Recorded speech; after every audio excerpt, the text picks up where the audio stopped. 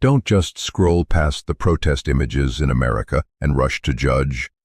Pause. Think. Behind those chants and placards lies a far more complex story than you imagine. Today, we'll dissect this issue honestly, so you can see the truth, understand what's at stake, and know what you must do. Part 1. The root of the issue. What do they truly want? First, you must understand these students didn't take to the streets aimlessly. Their actions have a clear target, aimed directly at power and money. At the core of it all is the war in Gaza. They're outraged by U.S. foreign policy and by the silence of academic institutions. Institutions they believe hold a moral responsibility. They didn't just protest on the streets. They chose to target their own universities. Why? Because these universities are massive, wealthy, and influential. To these students, this is the only way to pressure a system they're part of, yet have no voice in. Their demands are not vague, they're specific, and if you want to understand them, you must look beyond the surface chaos. 1. They demand divestment. This is an economic term. It means they want their schools to pull all investment funds out of companies that supply weapons or profit from the war. They want to cut the money supply. 2. They want to apply political pressure. By shaking the foundations of prestigious universities, they aim to spark a media crisis, one that forces politicians to pay attention, reconsider their stances, and fear losing the youth vote. That's the strategy. Clear, strategic, deliberate. Part 2. The positive side. Don't dismiss their achievements too quickly. Don't assume all this noise is meaningless. You must recognize what they've achieved, even if you don't agree with their stance. First, they've forced the world to confront an issue many preferred to ignore. Silence was shattered. They pulled a distant conflict and dropped it onto America's doorstep, into its conversations, its institutions, and its politics. That alone is a huge success. Second, they proved that even the most entrenched and prideful institutions aren't immune to moral pressure. The negotiations between students and university leadership, no matter the outcomes, have shattered decades of condescension. They forced the powerful to sit down and talk. Third, they ignited a political flame in an entire generation. They showed that young people are not indifferent. They're organized, they're resilient, and they're ready to fight for what they believe in. This is a loud signal of how powerful civil society can be. Part 3. The cost. Harsh truths you must face. But passion always comes with a price, and here are the brutal truths you need to confront. Devastating division. Ideals can unite, yes, but they can also divide. Brutally. The line between friend and enemy becomes razor thin.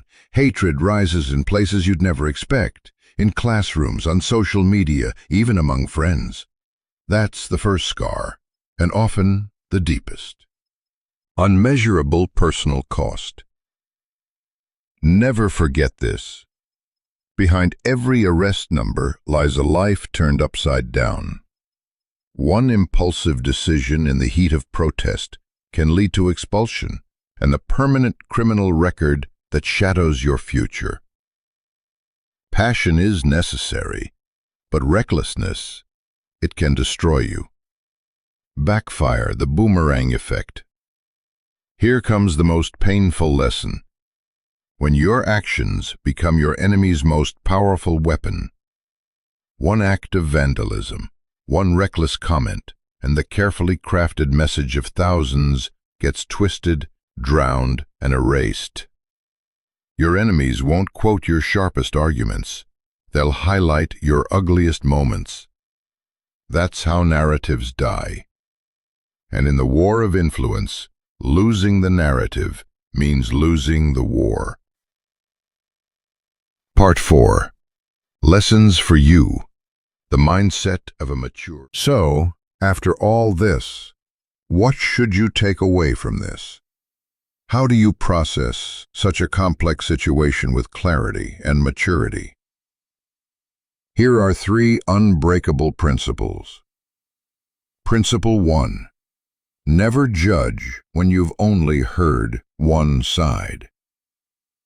That's the thinking of the lazy.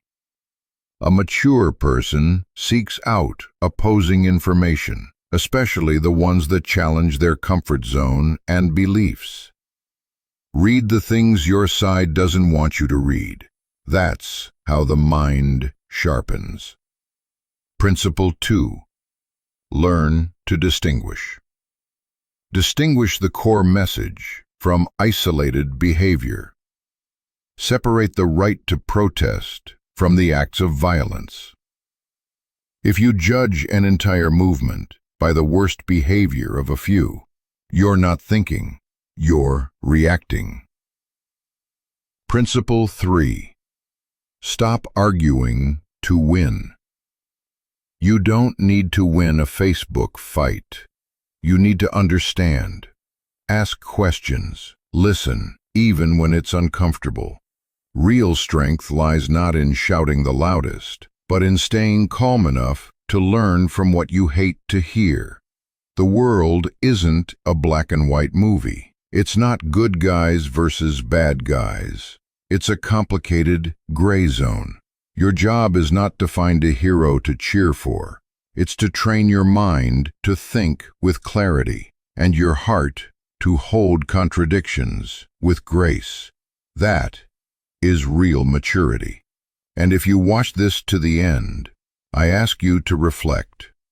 When was the last time you rushed to judge, and what did it cost you? Leave a comment below. Because this channel, Ancient Wisdom Unlocked, is not just here to inform you. We are here to walk beside you, to challenge you, and to help you grow. We won't give you simple answers. We offer tools to see deeper, think better, and live wiser. So if that's what you seek, like, comment, and follow us.